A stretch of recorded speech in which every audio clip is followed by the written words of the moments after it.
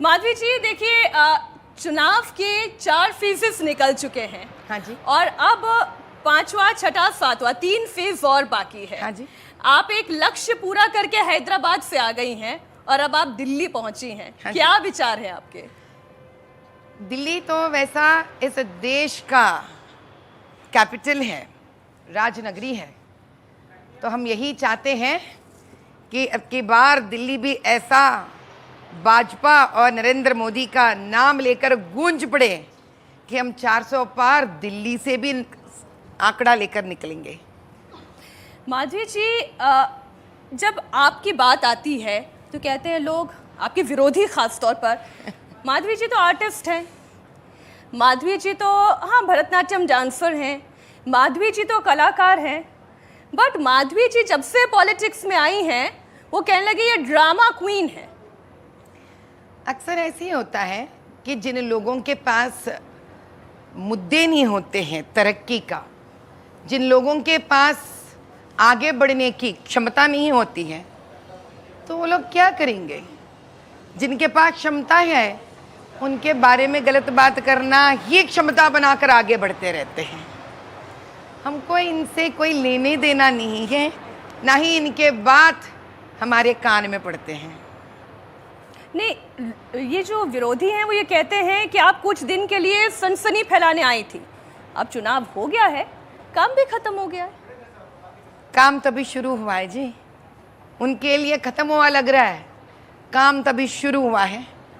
ऐसे लोगों को जो इस देश को बंटवारा करना चाहते हैं, ऐसे लोगों का जो नव पीढ़ी को, युवा पीढ़ी को गलत दिशा में लेके जाना चाहते हैं, ऐसे लोग जो तरक्की के बारे में नहीं मज़हब के बारे में बात कर कर आगे लेके जाना चाहते हैं, वो देश आगे नहीं बढ़ेगा। ऐसे लोगों के लिए मैं आ गई हूँ, अभी तो खेल शुरू हुआ है। नहीं, आप जब कहती हैं अभी तो खेल शुरू हुआ है, अंजाम बाकी है। हाँ जी। तो वो खेल क्या है और उसका अंजाम क्या है?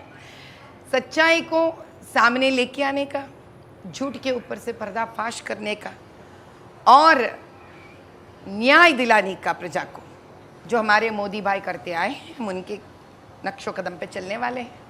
आप न्याय की बात कर रही हैं, देखिए बड़ा सा कटआउट यहाँ पर राहुल गांधी का आपके बाएं साइड पे लगा हुआ है, वो भी तो न्याय यात्रा निकालते हैं, वो फिर कौन से न्याय की बात कर रहे हैं?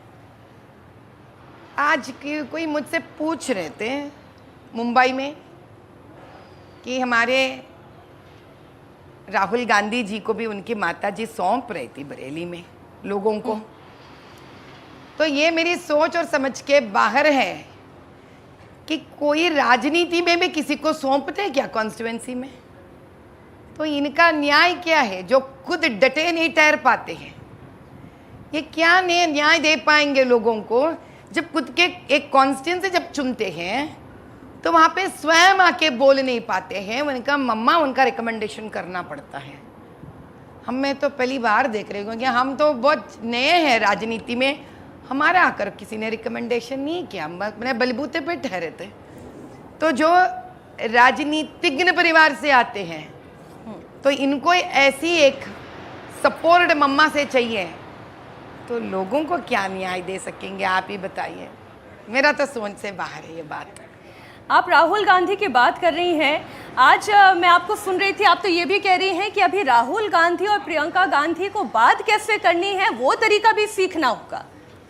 हाँ जी, जब आप एक प्रधानमंत्री जी को एड्रेस कर कर बात करते हो, आप मुद्दा उठाइए, मुद्दे के बारे में बात करिए। आप एक प्रधानमंत्री जी को आप किस प्रकार से बात करते हो उनको, उनके प्रति, इसका तो लिहाज हम सबको रखना चाहिए ना।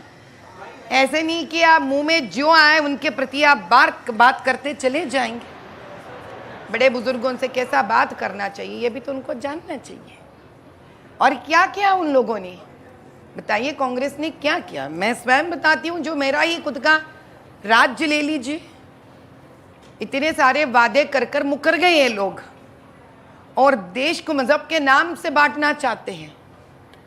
पर ये लोग बात करने आएंगे उस प्रधानमंत्री मोदी जी के बारे में जो देश को सबके साथ सबका विकास मानकर आगे बढ़े हैं, उन्होंने ऐसे कई योजनाएं दिए हैं जहाँ पे मज़हब का नाम नहीं आता है, तरक्की का नाम आता है और लोगों का रोना, आंसू, तकलीफ़ें, दलदल से बाहर निकालने वाली मुद्दा आता है।